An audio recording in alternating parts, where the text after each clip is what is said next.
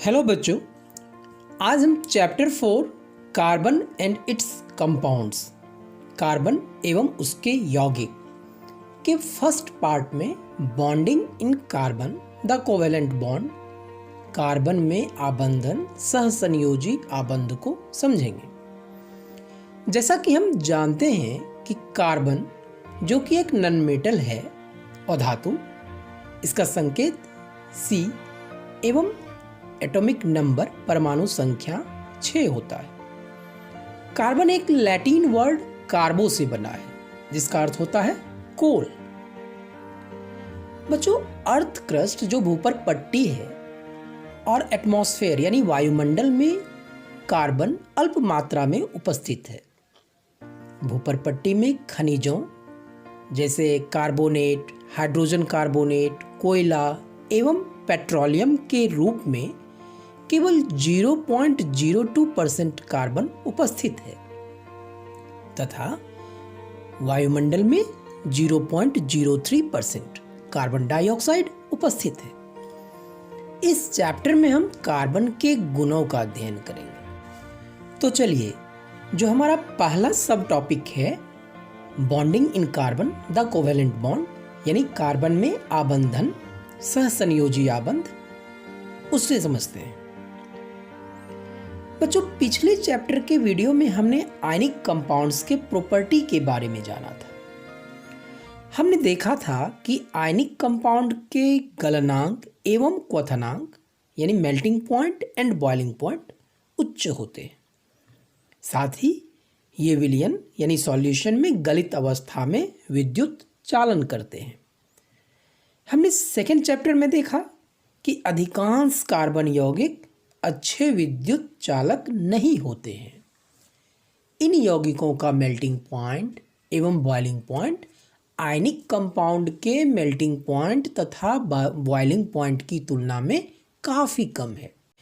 इस आधार पर हम इस निष्कर्ष पर पहुंच सकते हैं कि इन परमाणुओं के बीच प्रबल आकर्षण बल यानी स्ट्रॉन्ग एट्रैक्टिव फोर्स नहीं है।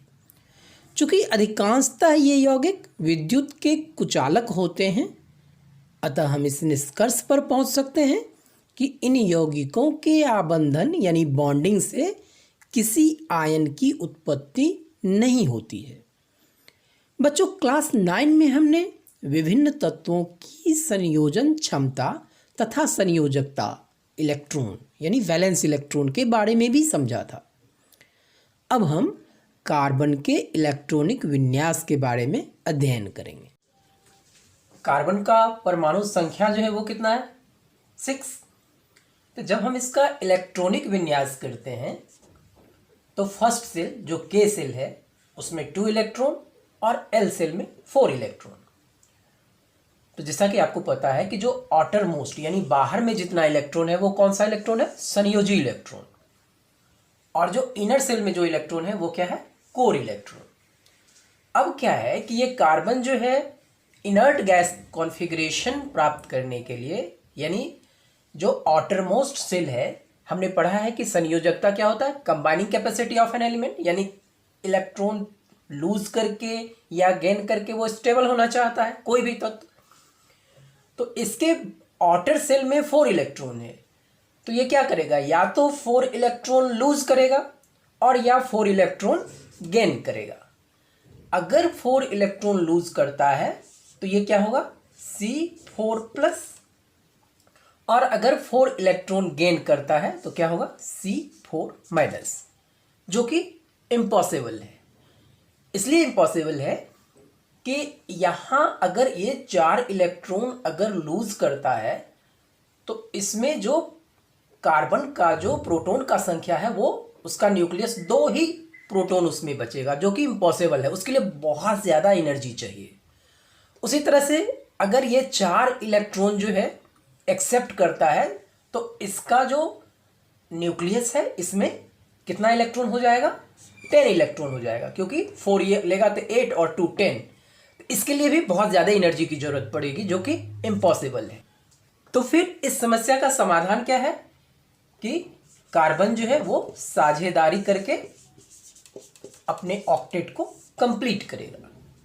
तो वो साझेदारी समझने के लिए पहले कुछ हम दूसरे तत्व हैं उसको समझते हैं। जैसे हाइड्रोजन H2 बनता है, O2, N2, इसको हम समझते हैं पहले।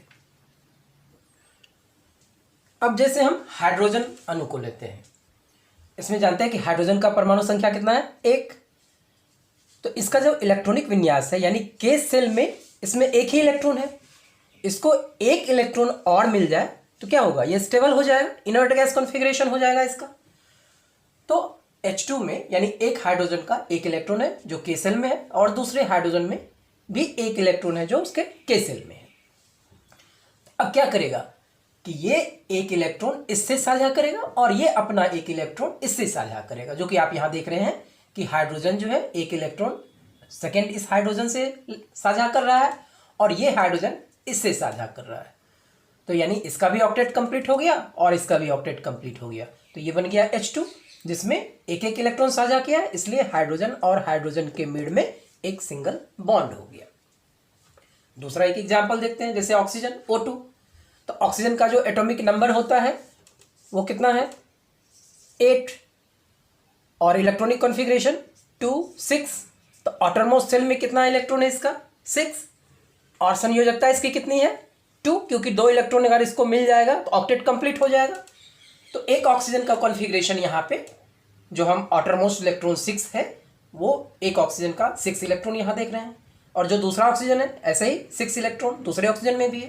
तो क्या करेगा, ये ऑक्सीजन इस ऑक्सीजन के 2 इलेक्ट्रॉन को लेके इससे साझा करेगा और ये 6 जो इस ऑक्सीजन का इलेक्ट्रॉन है ये भी 2 इलेक्ट्रॉन लेके यहाँ इससे साझा करेगा।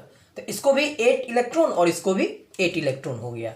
तो यानी चूंकि ये 2 इलेक्ट्रॉन यहाँ है इसका और 2 इसका है, तो क्या बना, डबल बॉन्ड बन जाएगा। एक ये इसने बॉन्ड बनाया और एक इलेक्ट्रॉन इसे साझा करके बॉन्ड बनाया, तो इसलिए ऑक्सीजन और ऑक्सीजन के मिड में डबल बॉन्ड होता है। तो इस तरह से साझा करके आपने देखा कि ऑक्सीजन भी जो है वो कैसे अपना ऑक्टेट कंप्लीट करता है। नेक्स्ट एक नाइट्रोजन का भी हम देखते हैं, N2 मॉलिक्यूल। तो नाइट्रोजन एटॉमिक नंबर इसका कितना है, 7। तो 2, 5 इलेक्ट्रॉनिक कॉन्फ़िगरेशन इसका हो गया, 5 यहाँ पे वैलेंस इलेक्ट्रॉन और इसका वैलेंसी 3, क्योंकि 3 इलेक्ट्रॉन इसको मिल जाएगा, ऑक्टेट कंप्लीट होगा। तो अब आप देखें कि नाइट्रोजन का जो 5 इलेक्ट्रॉन है 1, 2, 3, 4, 5, जो दूसरा नाइट्रोजन है इसके भी 5 इलेक्ट्रॉन है, 1, 2, 3, 4, 5। तो इसको ऑक्टेट कंप्लीट करने के लिए कितना इलेक्ट्रॉन चाहिए, 3। तो ये क्या करेगा, इससे 3 इलेक्ट्रॉन साझा किया दूसरे नाइट्रोजन से, तो इसका तो 8 कंप्लीट हो गया ऑक्टेट।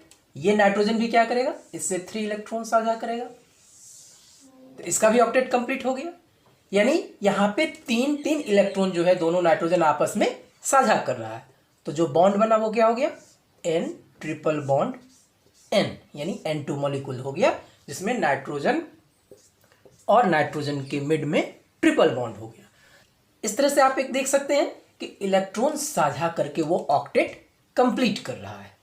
तो ये हो गया N2। जैसे एक NH3 अमोनिया का भी आप देख सकते हैं। तो नाइट्रोजन में कितना है, आप खुद बना के देखें, इसके 5 इलेक्ट्रॉन है नाइट्रोजन में, 1, 2, 3, 4, 5, यानी 5 कौन सा इलेक्ट्रॉन है, ये वैलेंस इलेक्ट्रॉन है, क्योंकि वैलेंस इलेक्ट्रॉन ही है जो कि बॉन्डिंग में पार्टिसिपेट कर रहा है। और हाइड्रोजन कितना है इसका, 3। तो 3 यहाँ हाइड्रोजन है, तो ईच हाइड्रोजन यानी हर एक हाइड्रोजन के पास एक इलेक्ट्रॉन है। तो एक हाइड्रोजन क्या होता है, अपना एक इलेक्ट्रॉन लाके इससे साझा किया, देखिए इस हाइड्रोजन का ऑक्टेट कंप्लीट। दूसरा हाइड्रोजन ये इलेक्ट्रॉन इस एक नाइट्रोजन से साझा किया, और तीसरा हाइड्रोजन जो है वो अपना एक इलेक्ट्रॉन लाके यहाँ इससे साझा किया। तो हाइड्रोजन का तो कंप्लीट हो गया। अब नाइट्रोजन का भी देख लीजिए कि नाइट्रोजन में यानी तीनों से हाइड्रोजन से ये साझा किया है, तो नाइट्रोजन के पास कितना इलेक्ट्रॉन हो गया, 1, 2, 3, 4, 5, 6, 7, 8, यानी नाइट्रोजन का भी ऑक्टेट कंप्लीट हो गया। तो इसका जब स्ट्रक्चर ऐसे लिखते हैं आप, तो यानी चूंकि ये 2 इलेक्ट्रॉन है जो कि साझा नहीं किया है, तो इस तरह से 2 इलेक्ट्रॉन को लिख दिए, और ये हाइड्रोजन जो है ये H, ये अमोनिया का स्ट्रक्चर भी बन गया। अब हम कार्बन का कोई यौगिक लेते हैं, जैसे सबसे सरल यौगिक कौन सा है, मीथेन, CH4। तो कार्बन में जैसा कि पहले हमने बताया कि एटॉमिक नंबर जो है इसका 6 है और कॉन्फ़िगरेशन 2,4 है। तो कार्बन में आप ये देखें कि जैसे कार्बन आपके पास 4 इलेक्ट्रॉन है, वो 4 इलेक्ट्रॉन कार्बन का जो इलेक्ट्रॉन डॉट स्ट्रक्चर है, एक क्वेश्चन भी यहाँ से आता है कि right the electron dot structure of methane, carbon dioxide, oxygen. तो आप देखें कि इस मीथेन का dot structure, electron dot structure भी कैसे बन रहा है और इसका जो इलेक्ट्रॉन साझा करके ये अपना ऑक्टेट भी कैसे कंप्लीट कर रहा है, ये आप देखें। चूंकि हम इस चैप्टर में कार्बन के यौगिक पढ़ रहे हैं, कार्बन और उसके यौगिक पढ़ रहे हैं, तो ये कार्बन का अपना 4 इलेक्ट्रॉन है और हाइड्रोजन कितना है, 4, और एक हाइड्रोजन, ये हाइड्रोजन जो है, एक हाइड्रोजन को अपने पास 1 इलेक्ट्रॉन है, तो ये हाइड्रोजन आके एक एक इलेक्ट्रॉन इस कार्बन से साझा करता है, एक एक इलेक्ट्रॉन जो है ये साझा किया। अब आप देखें इसका एक हाइड्रोजन जो है ये इलेक्ट्रॉन एक कार्बन से साझा किया, तो इसका ऑक्टेट कंप्लीट, 2 इलेक्ट्रॉन हो गया, इसका भी ऑक्टेट कंप्लीट हो जा रहा है, ये भी कंप्लीट हो जा रहा है और इस हाइड्रोजन का भी कंप्लीट हो रहा है। और कार्बन का खुद देखिए कि कार्बन का चूंकि दोनों चारों हाइड्रोजन को एक एक इलेक्ट्रॉन वो उसने दिया है, तो इसको भी 8 इलेक्ट्रॉन हो गया, 2, 2, 4, 2, 6, 2, 8, तो कार्बन का भी ऑक्टेट कंप्लीट हो गया। तो हमने जैसा कहा कि एक ही कार्बन ना तो 4 इलेक्ट्रॉन लूज करेगा और ना ही 4 इलेक्ट्रॉन गेन करेगा, तो क्या करेगा, एक ही टेंडेंसी बन रहा है इस कार्बन का कि साझा करना, यानी एक दूसरे तत्व से इलेक्ट्रॉन को साझा करके अपना ऑक्टेट जो है कंप्लीट करता है।